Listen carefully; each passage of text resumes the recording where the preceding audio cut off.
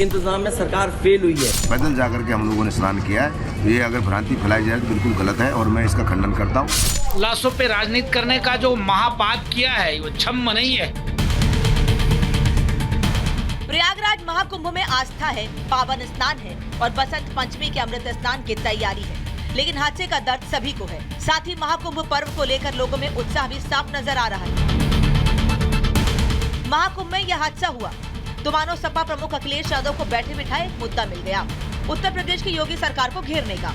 संसद के बजट सत्र के दौरान अखिलेश ने महाकुंभ पर बहस की मांग को लेकर वॉकआउट कर दिया और आरोप लगाया कि हादसे वाले दिन साधु संत स्नान के लिए मना कर रहे थे, उसे छिपाने के लिए पुष्प वर्षा की गई। जो आंकड़े बताए जा रहे हैं जान जाने के, वो झूठे आंकड़े हैं। जिस सरकार को 17 घंटे से ज्यादा लग गया हो जानकारी देने के लिए कि वहां पर भगदड़ हुई है, लोगों की जान गई है, और कोई भी ऐसा शंकराचार्य साधु संत और देश का बड़ा साधु ऐसा नहीं है जो महाकुंभ में न रहा हो। इनके किस आंकड़े को हम यकीन माने? जो लोग कहते थे डिजिटल इंडिया, उस महाकुंभ में हजारों सीसीटीवी कैमरे हैं, उस कुंभ में हजारों ड्रोन से उन्होंने समय समय पर जानकारी हासिल की। क्या सरकार के पास मरने वालों के आंकड़े नहीं हैं? अखिलेश यादव के इस बयान पर महाकुंभ में मौजूद साधु संत नाराज दिखे और अखिलेश यादव पर भ्रम फैलाने का आरोप लगाया है। अखिलेश यादव जी एक बहुत बड़ा भ्रम फैलाने की कोशिश कर रहे हैं और इससे सनातनियों में आक्रोश है कि इस तरह का झूठ भी इस कुंभ में ये लोग फैलाएंगे, ऐसी हमने कभी कल्पना भी नहीं की थी।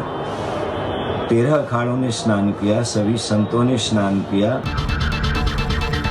अखिलेश यादव जहां प्रदेश की सरकार पर हमलावर हैं, वहीं साधु संत सीएम योगी के साथ खड़े दिखाई दे रहे हैं और महाकुंभ हादसे पर राजनीति करने वालों को करारा जवाब दे रहे हैं। जिस प्रकार से विपक्ष के नेताओं ने कुंभ पे टिप्पणी किया, लाशों पे राजनीति करने का जो महापाप किया है वो क्षम्य नहीं है।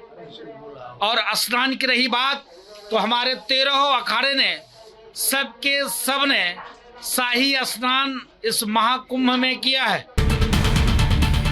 अखिलेश यादव ने आरोप लगाया था कि साधु संतों ने कोई मदद नहीं की, जिस पर अखाड़ा परिषद के अध्यक्ष रविंद्र पुरी महाराज अखिलेश यादव के आरोपों को निराधार करार दे रहे हैं। माननीय अखिलेश यादव ने अगर ऐसा कहा है कि अखाड़ों ने स्नान नहीं किया तो बिल्कुल निराधार है, सफेद झूठ है। 2 बजे से लेकर के और 7:30 बजे तक सभी के 13 अखाड़ों ने स्नान किया है। इसमें सर्वप्रथम श्री पंचायती अखाड़ा महादेवानी के साथ में अटल पैदल जाकर के हम लोगों ने स्नान किया है। तो ये अगर भ्रांति फैलाई जाए तो बिल्कुल गलत है और मैं इसका खंडन करता हूँ।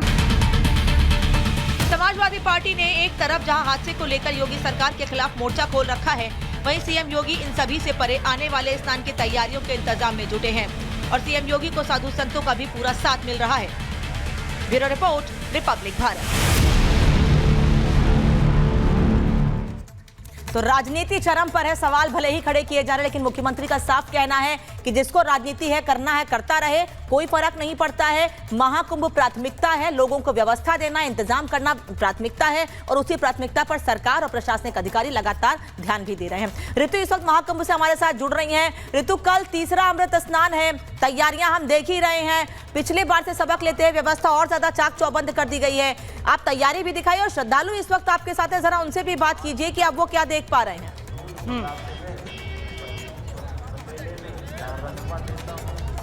बिल्कुल, जिस तरीके से आपने कहा कि जिस तरीके से कहा जा रहा है जमकर राजनीतिकरण हो रहा है, लेकिन इसके परे राजनीति जिसे करनी है वो करे। लेकिन तस्वीर हम दिखा देते हैं, यहाँ पर जो अद्भुत छटा यहाँ पर किस तरीके से नजर आ रही है, जो श्रद्धालुओं का तांता है वो लगातार बढ़ता ही जा रहा है। भक्तों का जमावड़ा लगातार देखते ही बन रहा है। हर एक की जबान पर हर हर गंगे महादेव के जयकारे नजर आ रहे हैं। ये तस्वीर अब आपको विहंगमता दर्शाते हैं, महाकुंभ की भव्यता दिखाते हैं, लौकिकता दिखाते हैं। सबसे बातचीत भी करते हैं। आप लोग कहाँ से आए? हम बुरहानपुर मध्य प्रदेश से आए हैं। यहाँ जो सनातनी आस्था की डुबकी लगा रहा है वह अपने पूरे श्रद्धा से सुमन यहाँ अर्पित कर रहा है और यहाँ पे जो मैसेज पूरे विश्व के लिए जा रहा है कि आज जो सनातन हिंदू धर्मी है वो जाग चुका है और माननीय मोदी जी और योगी जी के नेतृत्व में भारत में जो काम हो रहा है वो विश्व पटल पर एक विश्वसनीय, बिल्कुल पवित्र। कहीं नहीं हो रहा योगी जी वाला काम। हम तो राजस्थान से जोधपुर जिले से कोषाणा ग्राम से आए हुए हैं, लेकिन यहाँ योगी जी का बहुत अच्छा प्रबंध है।